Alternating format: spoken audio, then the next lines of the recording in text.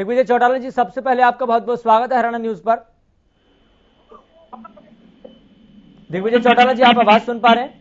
जी, सुन पा रहा हूं। जी, दिग्विजय चौटाला जी, सबसे पहले आपका बहुत बहुत स्वागत है। आपने कीमती वक्त निकाला बातचीत करने के लिए। दिग्विजय चौटाला जी, सबसे बड़ा सवाल यहां पर यह है, अब एक अलग तरह का नैरेटिव क्रिएट करने की कोशिश की जा रही है। अभय चौटाला का यह बयान सामने आया सार्वजनिक तौर पर। उन्होंने ये कहा कि पवन बेनीवाल ने पैसे लेकर ये टिकट खरीदी है कांग्रेस से। इसके साथ साथ उन्होंने ये भी कहा कि ये पैसे मेरे साथ रहकर जमीन पर कब्जा दब्जा करके ये कमाए हुए पैसे हैं। ये बात उन्होंने कही। फिलहाल इस बयान को आप किस नजरिए से देख रहे हैं? ये बात तो हम आपसे वही कह रहे हैं, हेमंत से कह रहे हैं। और जिस तरह का भय, आतंक, डराना, शायद हरियाणा में कहने वाला पहला शख्स कि ये लोगों को जो है इस बात का, इस पर माकूल मौका है, उसमें जवाब देना होगा।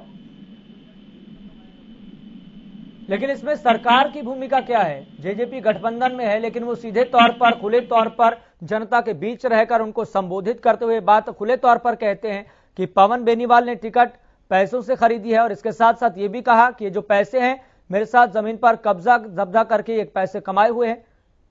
मुझे सरकार की भूमिका क्या है? पवन बेनीवाल जी के बारे में तो नहीं पता कि उन्होंने कैसे कमाए कैसे नहीं कमाए, बट इतना जरूर है कि इंडियन नेशनल लोकदल में जो लोग हैं उस इलाके में जो जो जो इस तरह की प्रवृत्ति के लोग हैं वो करते आए हैं, ये सब कुछ करते आए हैं, कोई दो राय नहीं। आप किस तरीके से देख रहे हैं? अभय चौटाला क्या बौखला गए हैं? क्या उनको डर है पवन बेनीवाल से या फिर बीजेपी के उम्मीदवार से? नहीं, डर नहीं, वो इलेक्शन हार चुके हैं, इसीलिए उनको ये सब, क्योंकि आदमी जो ये कहता हो कि मैं 70,000 से इलेक्शन जीत रहा था, मेरे को तो घर से निकलने की जरूरत नहीं, और आज इस तरह के हालात पैदा हो जाएं, ये सब बातें कहनी पड़ेंगी, तो इसका मतलब आप समझ जाइए कि रिजल्ट क्या है।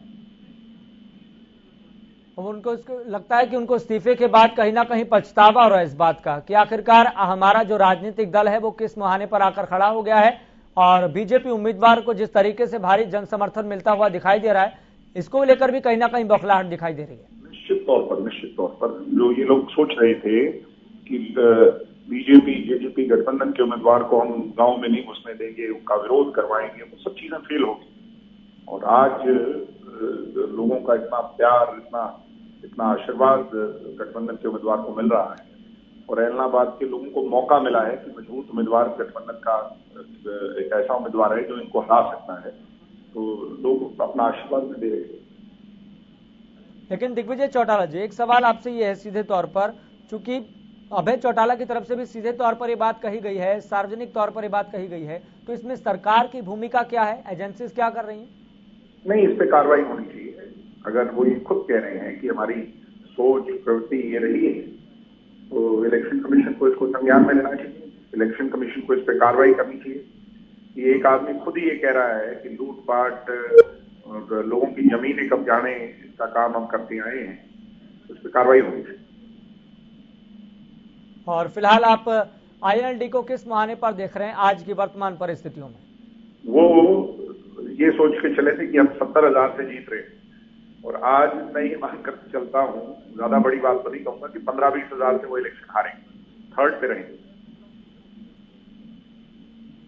जी, और गोविंद कांडा जिस तरीके से लगातार आगे बढ़ रहे हैं, चुनाव प्रचार कर रहे हैं, अलग अलग गांव में जाकर जनता का समर्थन उनको मिल रहा है, लेकिन बड़ी बात यहां पर यह है कि जिस तरीके से तमाम राजनीतिक दलों की तरफ से एक नैरेटिव सेट करने की कोशिश की जा रही थी कि गांव में बीजेपी और जेजेपी के नेताओं को, कार्यकर्ताओं को घुसने तक नहीं दिया जा रहा है, तस्वीरें भी हम लगातार दिखा रहे हैं कि गोविंद कांडा जिस तरीके से आगे बढ़ रहे हैं, उनको जन समर्थन मिल रहा है, वो अपार है।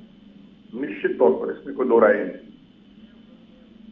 चलिए दिग्विजय जी, बहुत बहुत शुक्रिया अपना कीमती वक्त देने के लिए और बातचीत करने के लिए इस विषय